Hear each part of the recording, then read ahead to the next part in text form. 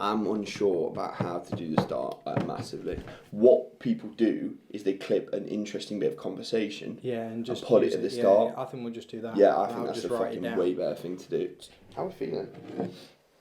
All right, I'm a bit disappointed that you put milk in my coffee.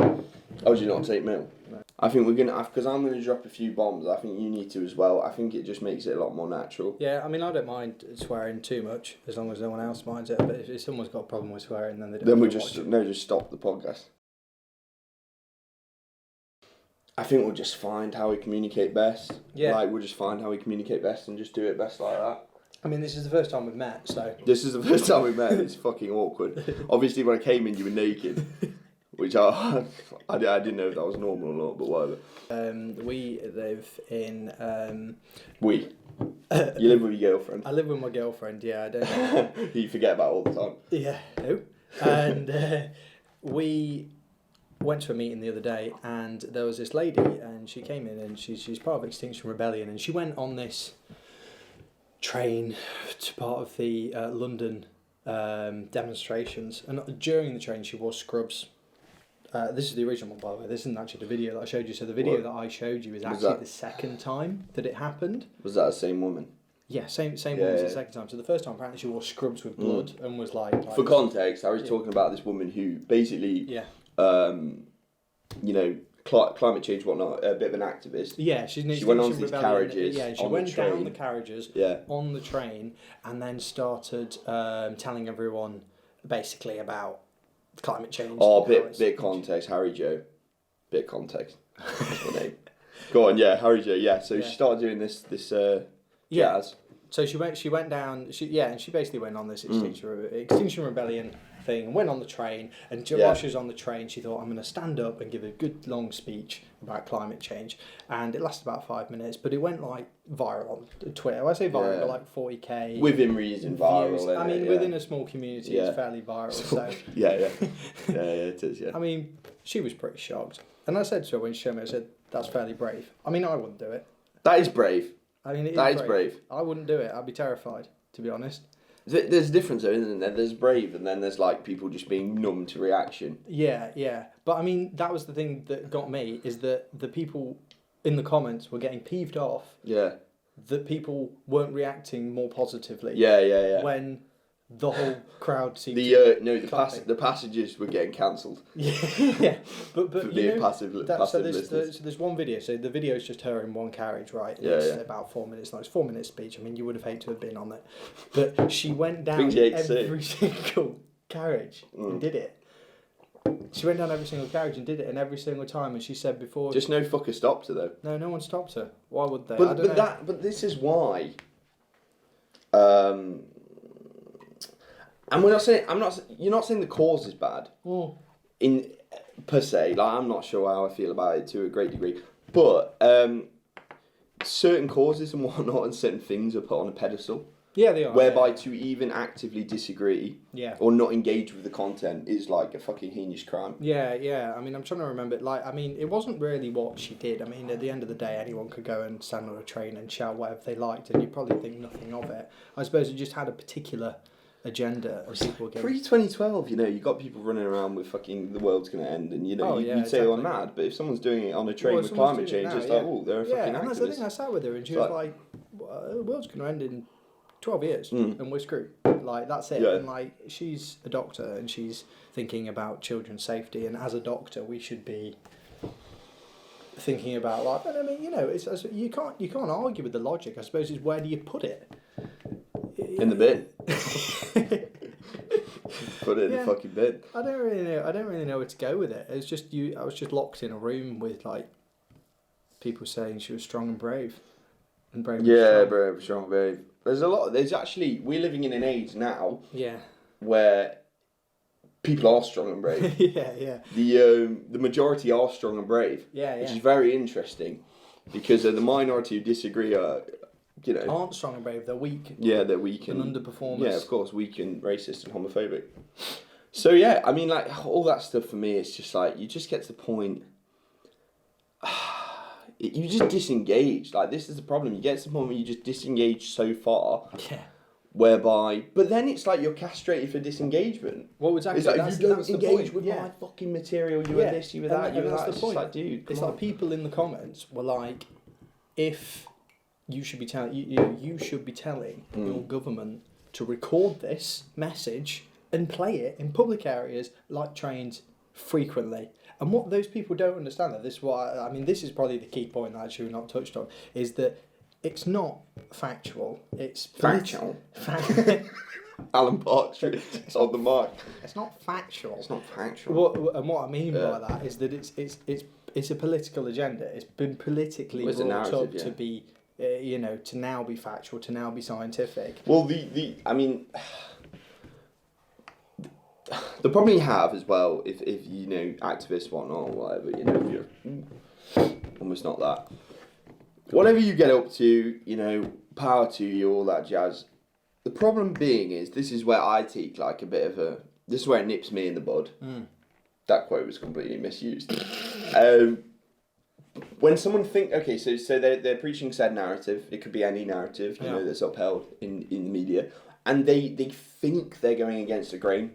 Yeah. It's like, I am counterculture. Yeah. Because I am, but no, you are culture. Yeah, you are mainstream culture. Yeah. That is culture.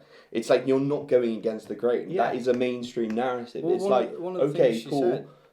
Said, mainstream narratives in some cases might be correct. I'm not saying they always are, but the tyranny of the majority isn't correct. So it's like, when you have someone who believes they're going against the grain, but they're upholding a mainstream narrative, that's a dangerous position. Yeah, of course. Because you are giving them a moral platform. Yeah. To, castrate anyone who doesn't agree. And that's what culture is nowadays. So like... Well, and now I just get to the point where I'm just like, fucking whatever. Just do your own thing. Just fucking whatever, I'll just make a podcast and make a podcast and make millions. But that's the thing, is that what she said was... my husband and I are now not having sex. Arrestable. She truly believed that she was arrestable. And like, that's it. Like no one's gonna arrest you for doing that, bro. Like, no one cares. Because everyone loves you. Yeah. You're not gonna get arrested. You get arrested for saying sit the fuck down. Yeah. Sit the fuck down. Yeah, you will get arrested for like saying this is fucking whack. Yeah. This shit's whack. This shit is whack. Sit the fuck down. You get arrested for saying that. Yeah.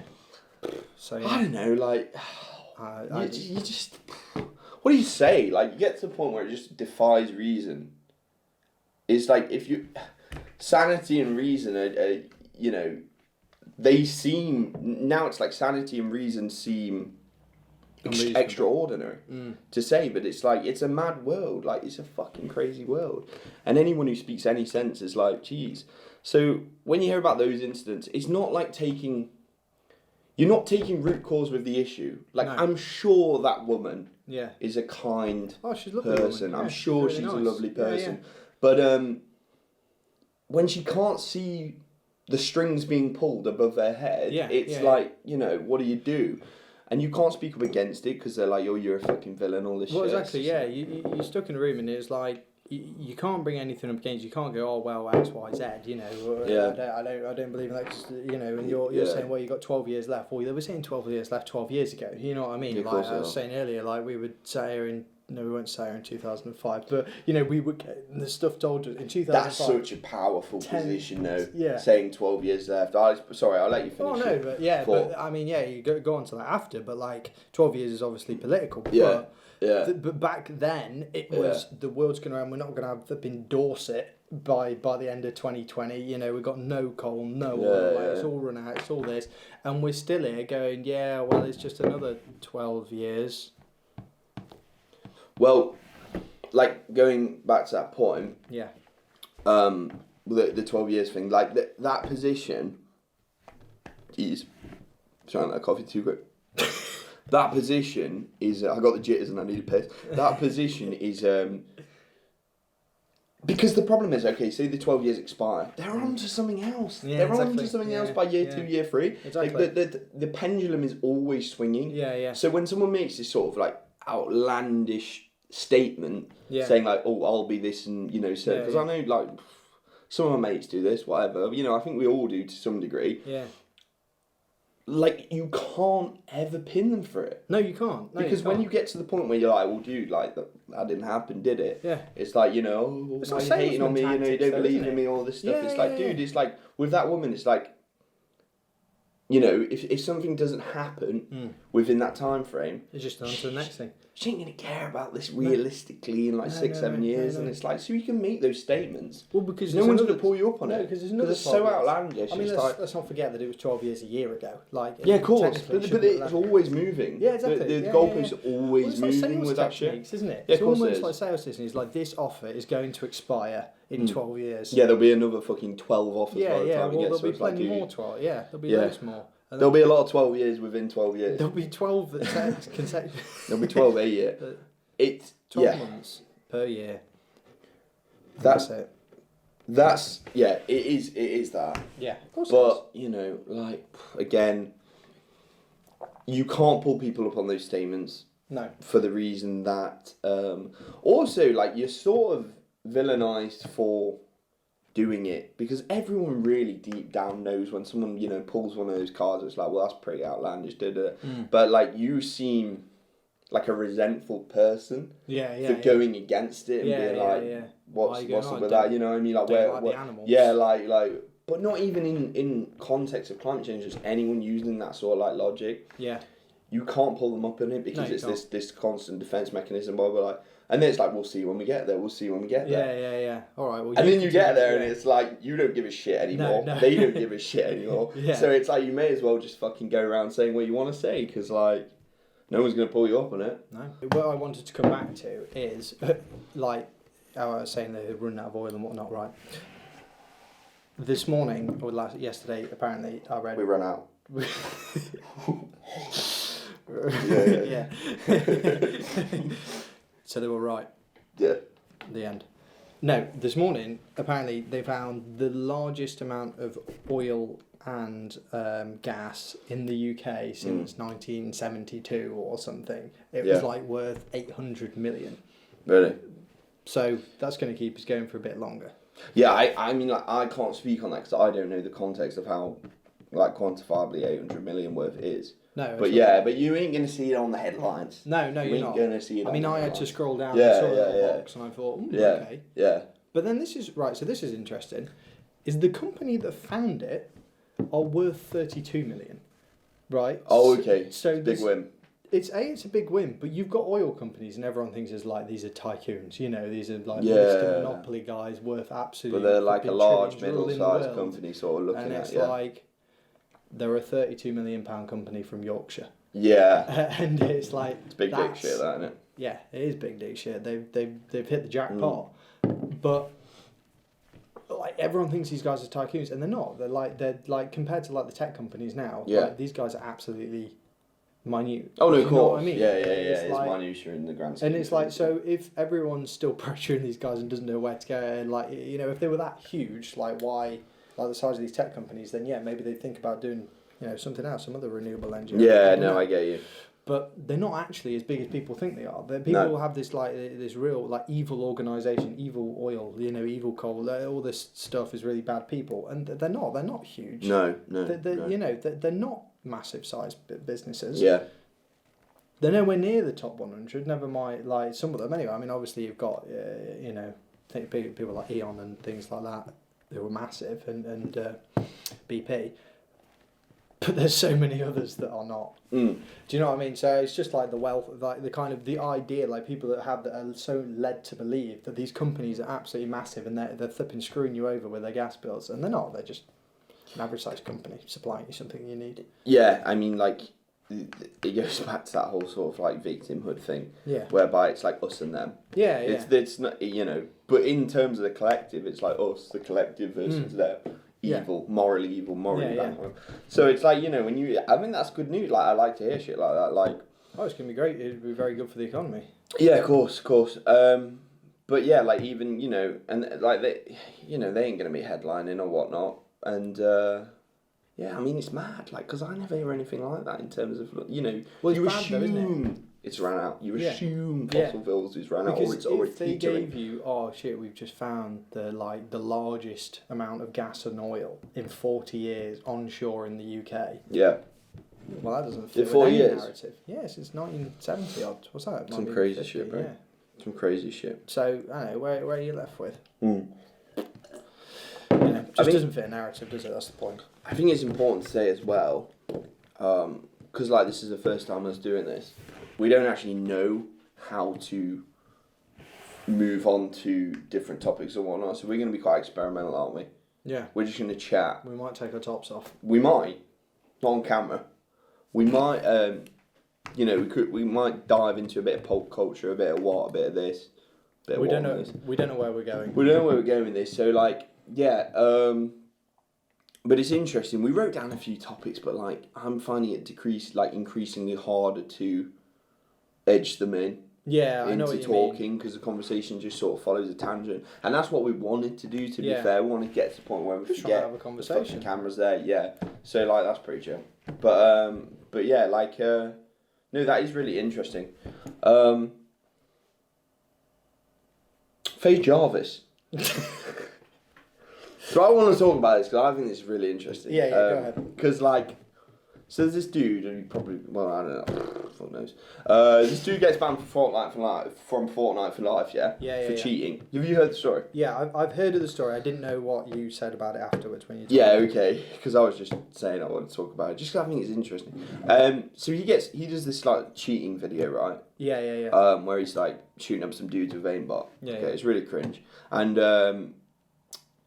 For context, he's Epic, 17, you know, isn't he? He's like he's like 17, 16, whatever. But Epic like banned this guy for life, right? Yeah. For using the aimbot, okay? He's like made a video where he's crying and shit. You can't not laugh because there's so many videos now on YouTube and stuff where people are just like crying. Yeah. Apology videos, you know. So like he does this, okay, and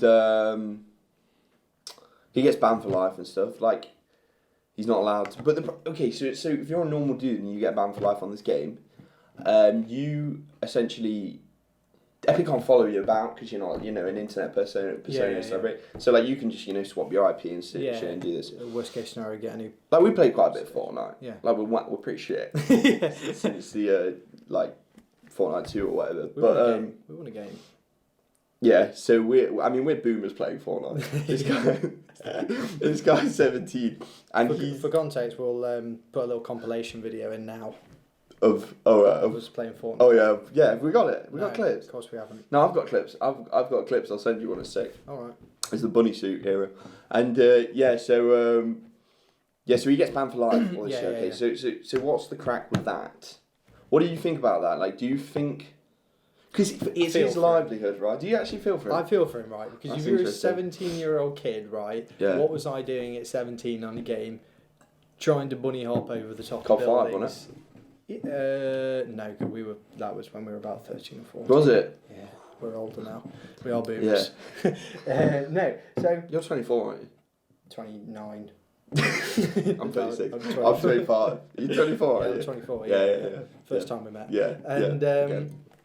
So, it was 10 years ago. Because, it was 10 years ago. Because I think Modern Warfare 2 just had its 9-year anniversary. Because actually, Do you know what's so funny about this? Face.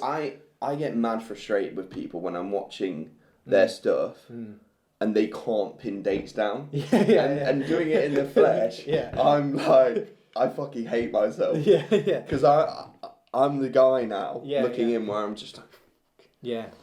Where you just can't pin the dates down or get any information right or whatnot. But it's true, like, I don't know, the years have all sort of merged, like, in terms of, like, the COD 5, all that jazz. Yeah, so, whatever. Right, anyway, whatever. Back to the point. 17 years old, what were we, like, college kind of era, so... Whatever we were playing. Anyway, there's always glitches on games, there's always stuff. I mean, back in the day when on COD 5, I had a flipping the trigger thing. No, the fucking finger guns. Do you remember? Oh yeah, no, that was after when we went back, yeah. Yeah, it's like, why aren't they banning the guys that just ruin the game? Yeah. For start. Yeah. Anyway, what my point is, 17, he's just going to try it out, right? Okay, he's going to try it out. But what the difference is with Fortnite, right? This is the difference. If it was COD, it's like, okay, you've been banned for a year.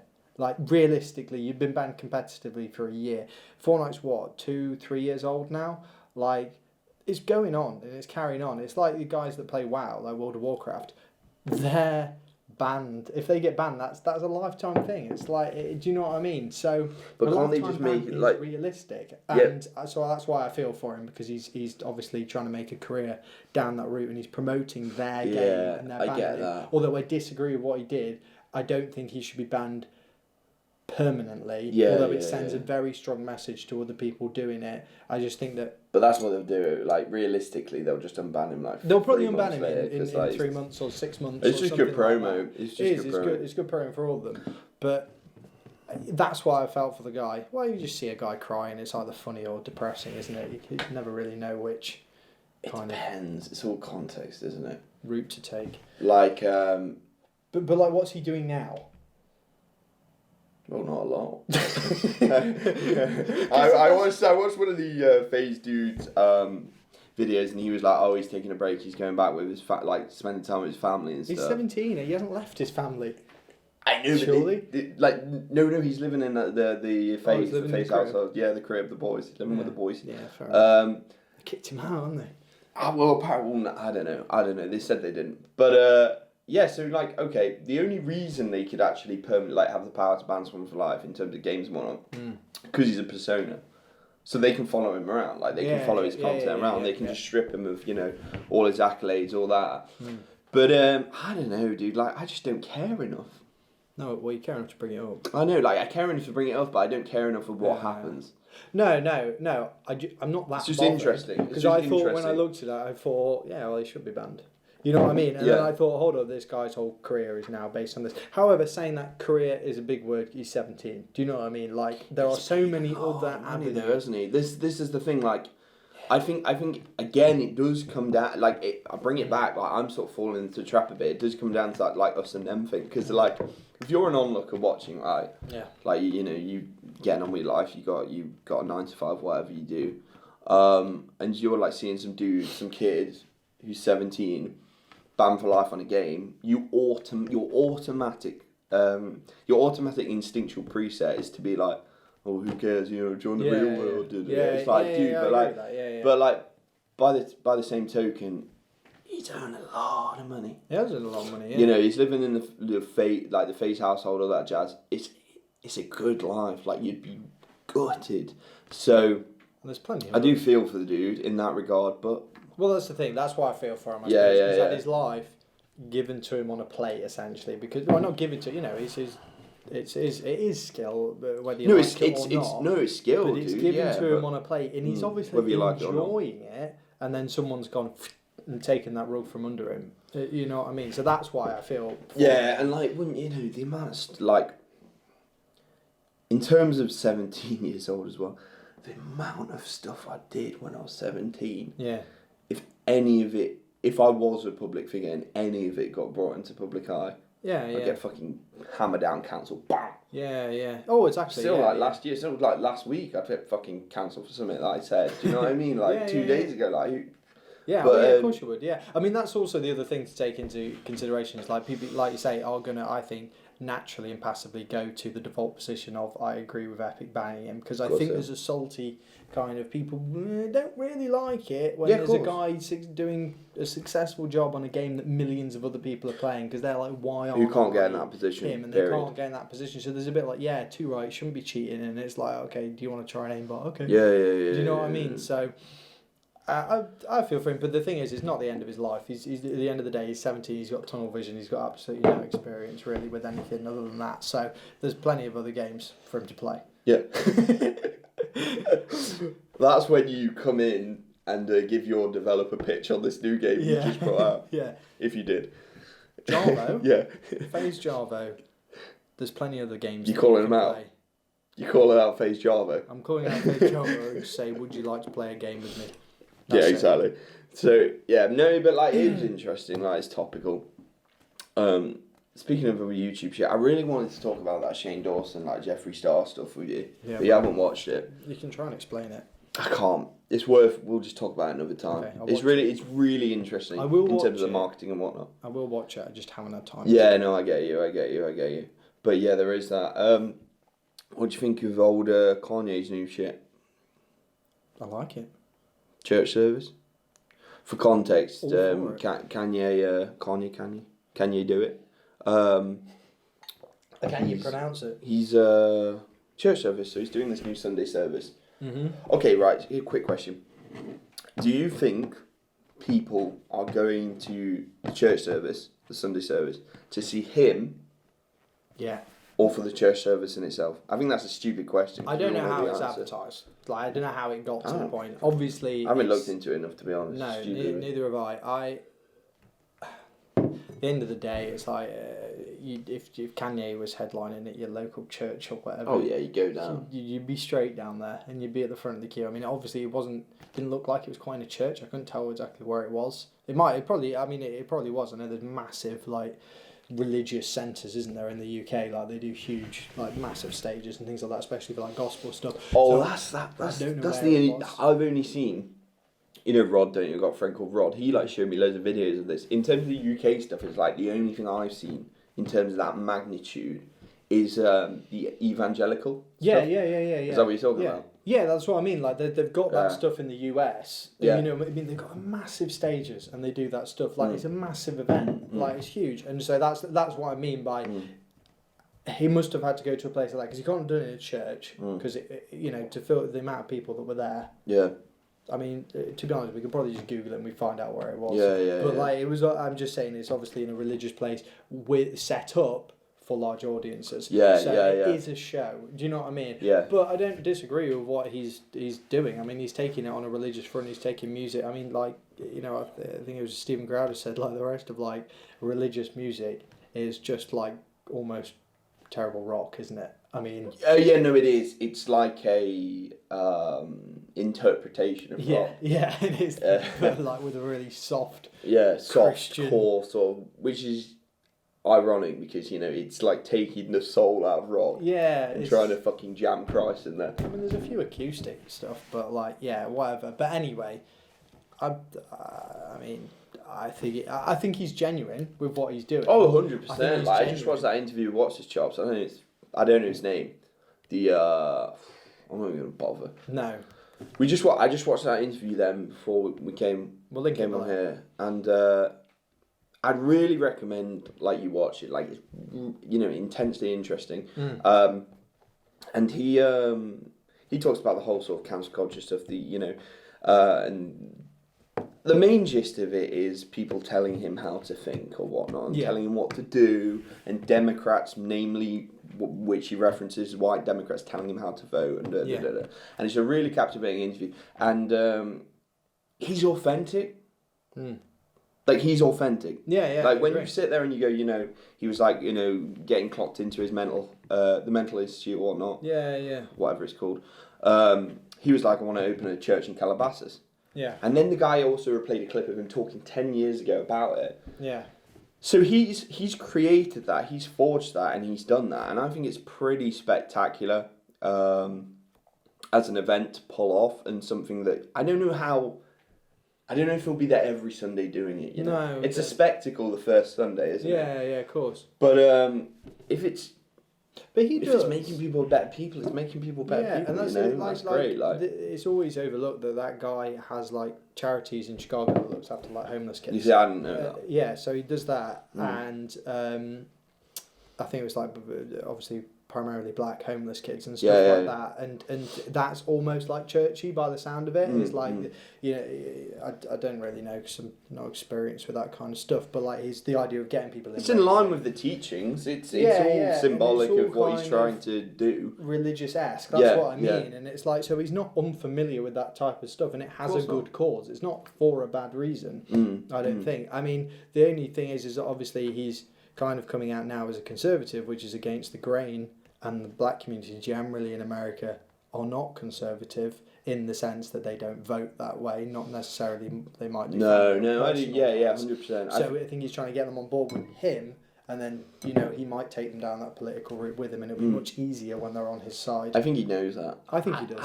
I think the guy's going to run at some point. He's positioned. He's aligning himself in such a way now whereby prior you couldn't see the the saga of how he was doing it. But now you can see the alignment's quite clear as to how he's going to position himself and align himself to run. I don't think it will be directly after Trump. Do you not think? Let's say Trump gets a second term. I don't think it will be after Trump. Do you know? I think it will be a 2024. I think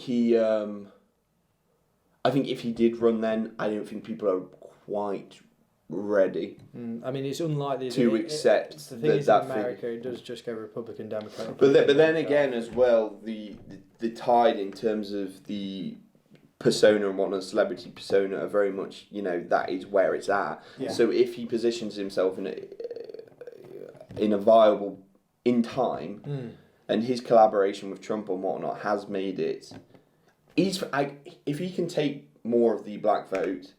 And maintain a Republican vote. And it's crazy to think we're talking about this now, but things will be very fast. Oh, yeah. And that's... So I may actually go back on what I said in terms of 2024 thing, but next 10 years... The only thing I can think of is that Trump's kind of... To them, they try and pull him off like he's a celebrity. At the end of the day, he's a businessman, but they kind of wing that he's a celebrity, like a weird uncle, that's what they try and kind of spin it as. But...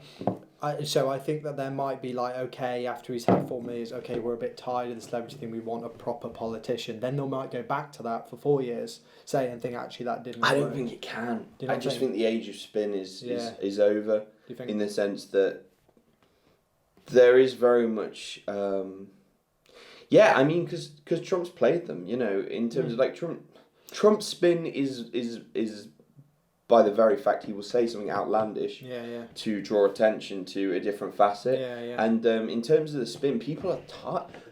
Everyone's life is so much more intimate now in terms of, because you've got channels, you've got vlogs, all this stuff, you've got Snapchat, all you got the gram. So you can't afford to not be authentic. You cannot afford to be, and also say like now. When you've got someone on camera for an extensive period of time, which you didn't used to. You used to have snippets of interviews, snippets of information, which were presented to you from various outlets, mainstream outlets. Now you can get it from everywhere, right? So you can sit someone right here, talk to them for an hour. You cannot be inauthentic for that period of time. No, you can't. Without a guy slipping. Right, It's just like, and so I think the whole age of spin thing is very much over. I don't think we can go back to that. So I think... It's a train without brakes. When you're going in a certain direction, you can't stop that train. Like, it's going to go and it's going to go and it's going to go. And I think you have to follow it to its logical conclusion rather than think that there's going to be There is always a backlash, like the pendulum does swing either way. But you can see it coming from a mile off. Do you think that he's obviously showed Republican support because of Trump, but do you think that he's more Trump than Republican, and in that sense, do you think that he will just end up going independent? Like, that's the only way he could do it politically. I think he's a conservative Christian, and I do not think he has always been that way.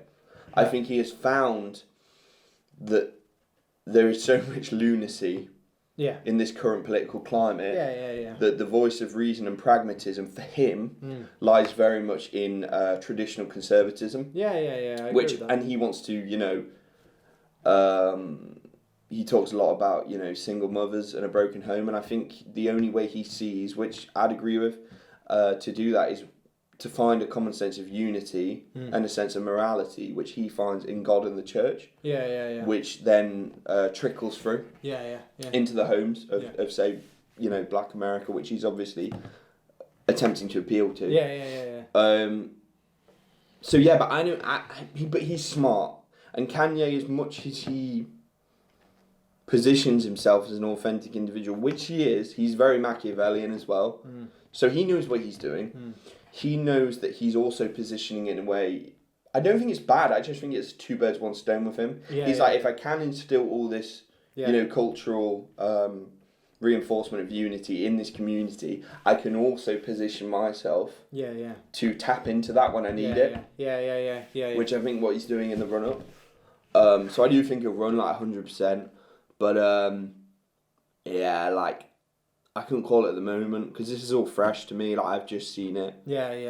Like with his album and stuff, I think that's I really enjoy his album. I think it's really good. It's really good. Like, really good. It's refreshing. What they're churning out nowadays. But But yeah, like speaking of good stuff, like in terms of entertainment and whatnot. Yeah. What did we watched Joker, didn't we? Yeah. And I'm not gonna talk about Joker. I think it's a great film. I think it's a modern day masterpiece, but whatever. Yeah. But what I do want to talk about is, if you haven't seen on Netflix, The King, which you told me to watch. King's really good. That's good. I saw a lot of people on social media like slagging it off. Really?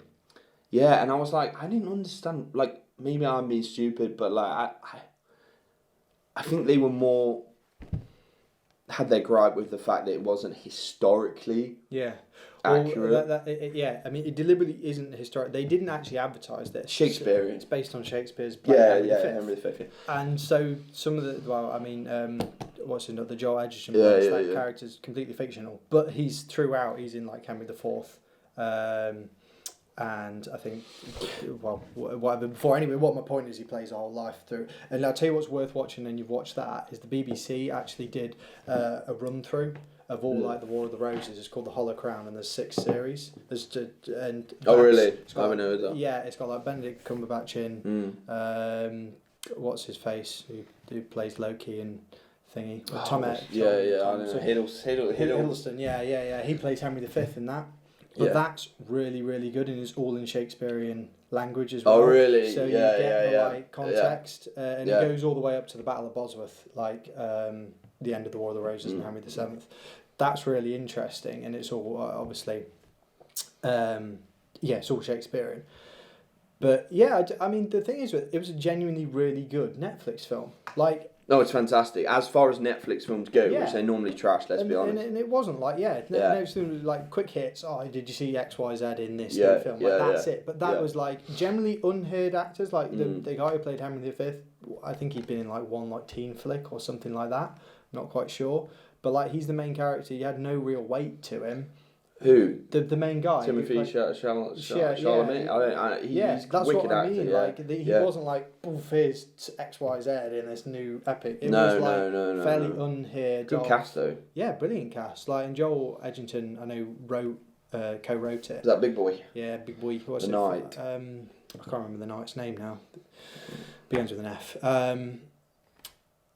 But yeah, it was a genuinely really good film, and it's quite, I'd say. Well, it's quite ballsy, I suppose, to remake another Shakespearean film and then put it on Netflix. Oh, it was great. I loved the aesthetic. Yeah. I loved the costumes. And it was like you've got that sort of like Mallory look to it, which was absolutely fantastic. Like, I loved that. We're going to use some of that in Lucid Eye stuff. But go on, sorry. The last good Shakespearean film, actually, which was similar, was Macbeth. Oh, well, the one my mum watched. Yeah. No, that was sick. That was really good. Yeah, that was really good. But it had a completely different aesthetic. Like that, I think that's why that. But this is the difference, I think, because Macbeth, people know it's a play. Yeah. Whereas The King, they thought they were watching a real life, or retelling of the real thing, but they weren't. They were watching a play. Do you know what I mean? Yeah. No. It was like they took. There was definitely the historical aspect, but like it was more based on the Shakespearean narrative. Oh yeah. Like the rise and fall sort of narrative. Also, they used the Wayward Prince thing, which he wasn't historically, but that was obviously featured in the Shakespearean interpretation. The drunk. Yeah. So they featured that into it. It was like a nice mix and merge of the genre. Yeah. And I thought it was wicked. I thought it was a genuinely really good film. Like I haven't seen like a historical film as accurate as that.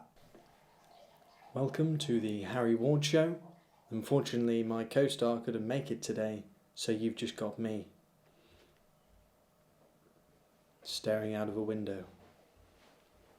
On my own. Hate jewellery. Coming soon. I know you've been looking at this jazzy little pendant. So we're releasing a jewellery line soon. It's going to be Hate Jewellery, and we'll have more information when it's out and about. But it's pretty edgy. I think it's pretty good. Done a few shoots for it, haven't we? We have. We got my brother. He's better looking than me, so we get him to model it, and we've done some nice little edgy videos. I think it looks really nice. Got a really nice aesthetic to it. And yeah, be up soon. I'm hoping at the end of this month, man. Yeah. If we can get everything rolling. Yeah, I mean, you're more on that kind of. Yeah, Harry does. Harry is a partner of it, so yeah, we'll get it to sponsor this stuff. Yeah, definitely. Yeah. We'll get it to yeah. Shout out to our sponsor. Shout out to our sponsor, Hate Jewelry, coming soon. Lovely little pendant. Right. Thank you for that, Joe. Cheers, Joe. Moving on. Yeah, so we did the King, which was banging, which is historically correct. I mean, I'll tell you what, right, this is the difference. So, I'll tell you when we were talking about the Hollow Crown, right, which I mentioned. Sterling silver. Go on, sorry. Right, so the Hollow Crown I was talking about, right. So, the last thing the BBC did, like the Hollow Crown was really good. It was like, it's all historically accurate, you know, everyone in it, British was British, right. So, the last thing that the BBC did before, so they did the Hollow Crown and then they did the Siege of Troy. Did you ever watch that? No. Did they do Tulip Fever as well?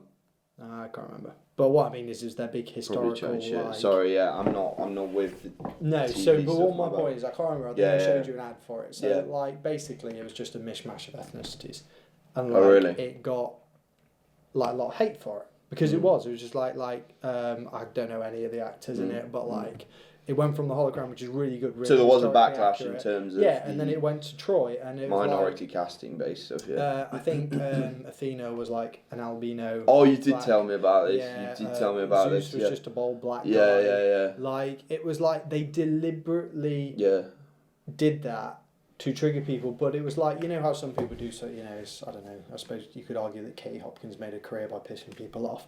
It was like the BBC wanted to do that, but they wanted to push the boat out and see how far they could go. It wasn't very good. It wasn't very good. Yeah, of course. So I mean, this is obviously old. Have you seen in terms of that stuff and like the complete, you know, like middle finger to, I don't know, historical accuracy, let's say. There's this news like Batwoman. Oh like that's getting panned. I think there is a backlash. Like I think there is. There is a backlash against that sort of stuff, and because the problem is it just looks at people. It's not about the product. It's about the package of the product.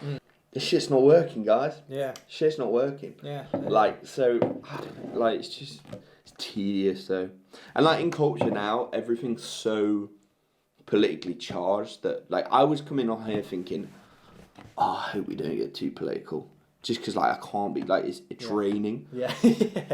But culture is so politically charged that you cannot avoid because it's ingrained in everything. Well, now as well, it's like culture is now political. Yeah, because it is political. Well, that's what people would like to perceive it as, because if you try and differentiate culture from that, it's very hard. You are speaking against the grain, thus you are like, a leper, thus you don't, and it's just a collective fucking writhing mass of fucking tentacles. The films, stupid. And I'm talking about like the BBC stuff, and you know now that is political, whereas before it'd just be shunning the BBC. Want to talk about Brexit? Obviously, this is called the Sunday roast, and I actually forgot it was. Because we haven't really been roasting people. No, we haven't roasted anyone. Like, we can go quite hard. This isn't hard. But we can go hard on each other and ourselves as well, you know what I mean? So it's like, it's all fun and games. Yeah. But yeah. Do you know what we should do, like, in the future? We should actually pull up stuff. Yeah, we should pull and up just stuff. fucking... Just roast it. Dismantle it or just have a laugh with it, you know what I mean? Or something. Yeah. I mean, I didn't try to. I was just thinking about comments and stuff earlier, and I thought... But then it's like, if you can't reference them... That's what I mean, it needs to be pulled up. Yeah, like, in terms of viewing, it needs to be... And then you like... Yeah. I mean, we didn't want to go too political, but I was just thinking about what you're saying about people are kind of our kind of age, and, you know, these are obviously a bit younger, but saying about the Labour Party manifesto, as I did see on, like, a page, which was quite funny, it was just like, how do we get the younger generation? We go... Free stuff. Free Wi-Fi. Voting for 16-year-olds and above. And £15 an hour at McDonald's. I mean, right, £15 an hour at McDonald's sounds great until your wrap of the day goes from £2 to 4. It's not a wrap of the fucking day then. It's not a wrap of the day. It's a wrap of the decade. It's a fucking let's wrap this business up. Like, fucking wrap this one up.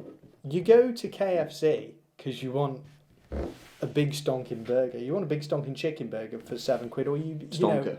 Big stonking burger. You want a big zinger for £7. You're like, oh, it's enjoyable. It's enjoyable, but I fucking wasted £7. Yeah. When I could have spent £2 at McDonald's, which is always across the road, by the way. Yeah, that fucking Burger King shit. I don't know how. And why is it always aimed at McDonald's? Like, what's flipping Burger King and KFC doing to stay underneath the radar? Okay, we've got these guys on minimum wage and no one's bringing this one up. Like, their McDonald's are bigger. Come on, but it's the go-to though, isn't it? Yeah. It's the staple for fast food. When you say McDonald's, you mean McDonald's and the boys. Yeah. It's all minimum wage jobs. I mean, the point is that they're probably that they start off at minimum wage. I mean, I don't know what the wages are for McDonald's. I'm sure we could sit through and talk about wages and not get wound up. But the minimum wage is a starting wage, boys. Yeah. And girls and boys. It's not something to base your life upon. And no, like if people fall into those positions and they're in them jobs,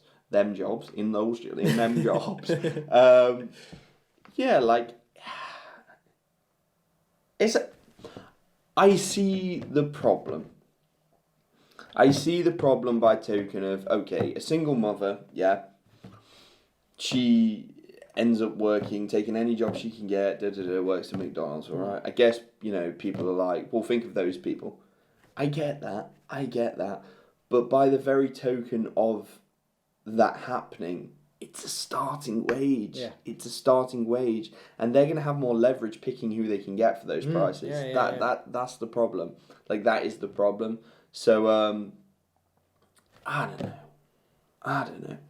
That whole thing I'm disinterested with it. I mean, the £15 jump from what is currently £8 as well is ridiculous. I mean, it's almost double. It will shake the economy to its core. Oh yeah. And people just look at it and think, I'm going to get more wages if I vote for Labour. And it's like, no, you're not. You're going to send half the fucking workforce out of a job if you vote that way. Like I'm not saying, decide what you want for vote. I'm just talking about the policy. Like the idea that like you can sit there and sell people this dream that you're all going to get £15 an hour if you vote this way. They can't force that. They can't double everyone's wage. And it's like all that you're doing is those people earning £15 an hour, which, by the way, on an 8-hour week is like somewhere, I don't know the maths, but it's about £1,800 a month. Like it's 1,800, which is, like it's a 20 grand salary almost. Like you're putting all those people that earn between 18 and 24, like they're kind of mid-range, like out of a job. You're making their job worthless. And for people that especially work... Well, you're just forced I guess what people don't acknowledge on this premise is like there has to be whether you like it or not, there has to be a difference in terms of economically with unskilled and skilled labour. Yeah. And when you close that gap, the people who are skilled in a certain field, if they can just get this without having to go through any practice of learning a skill or whatnot, and fall into almost the same money.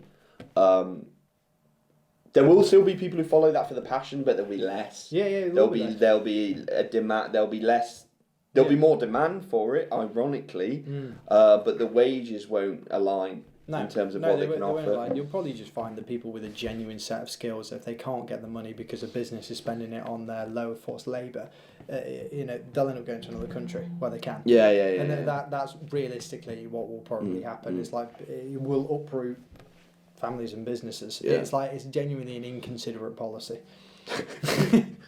Genuinely an inconsiderate policy. Fucking Partridge popped his head out then, didn't he? He's my only reference. Yeah, he is.